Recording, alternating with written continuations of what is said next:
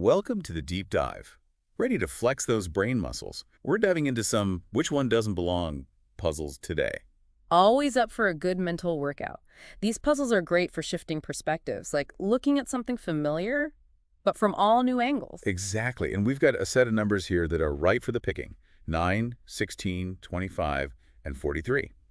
Your mission, if you choose to accept it, which, let's be honest, we always do, is to find a reason for each of these numbers to be the odd one out. The beauty is there's often more than one way to crack the code, like a numerical detective. Love it. All right, let's start with a number that's small but mighty. 9.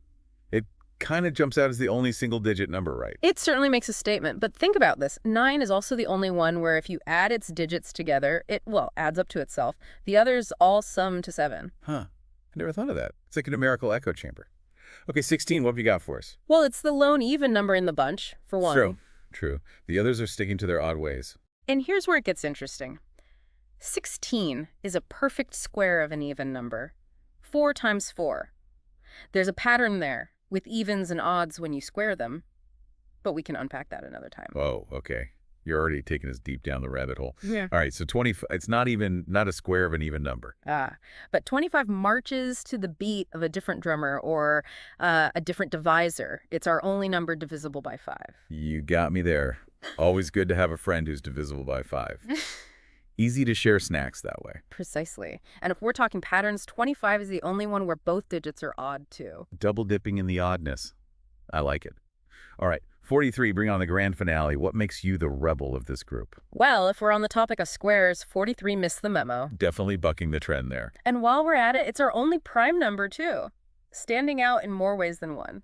For those who need a little reminder, what makes a prime number so special again? A prime number is like that independent friend, only divisible by 1 in itself. A bit of loner, you could say. So 43 is like the ultimate lone wolf in this group, then. This is amazing. I'm already seeing how much depth there is to these numbers. And we're just getting started.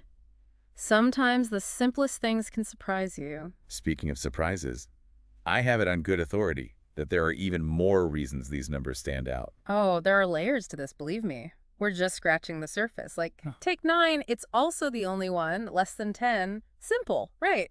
Now that you mention it, yeah. But it totally slipped past me. I guess our brains like to go for the more complex stuff. It's true, we love to overcomplicate things, but sometimes the simplest answer is right there.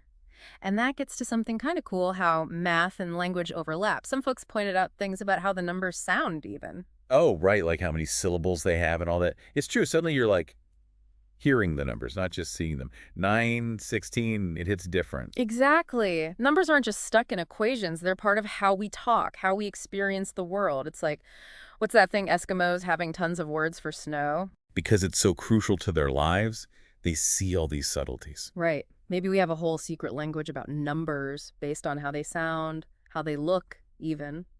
Okay, now that's a deep dive for another time, uncovering the hidden meanings of numbers.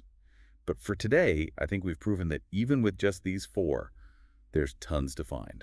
It reminds you that there isn't always one right answer. And that's a good lesson for, well, everything, not just math. Makes you think twice, huh? How often are we stuck on there being just one right answer when maybe there's a whole bunch of right answers, All the time. And that's what makes these little math puzzles so cool. It's like they train your brain to think differently, more flexibly. Instead of using just a hammer, we're pulling out all kinds of tools, right? Divisibility, prime numbers, even the sounds of the words. Exactly. And that's a skill you can use anywhere, not just with numbers. Being able to see things from different angles, it's powerful. So for our listener who might be saying, okay, fun puzzles, but I'm not going to become a mathematician, how can they use this in real life? It's about asking questions, being a little curious. Like, next time you're making a decision, try that which one doesn't belong. Thinking. Instead of what's the right answer, it's what are some different ways to look at this? So even if it's like deciding what's for dinner, Yeah. instead of my usual, I might think, well, a salad is healthier. Or maybe I try that new recipe I saw. There you go. You're weighing things out, considering different factors. You never know what you'll come up with.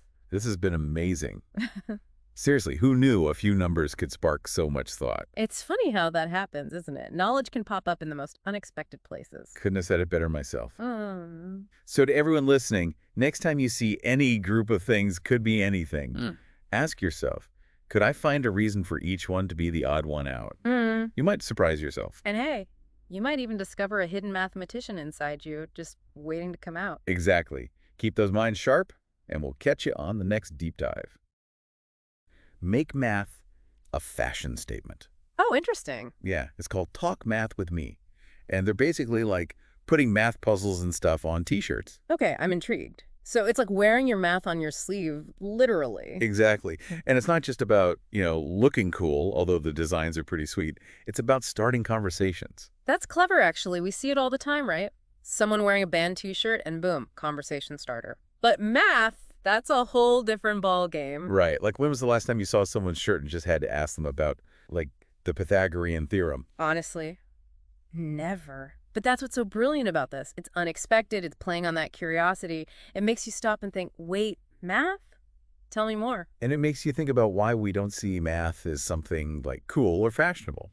Absolutely. There's this perception of math as being intimidating, right? It's this thing you either get or you don't, but by putting it on a t-shirt, it suddenly becomes more approachable, more human. Like, you're not just wearing an equation, you're wearing a statement. You're saying, hey, I'm into math, and it's okay to be. And their whole tagline is, wear math, talk math. Hmm.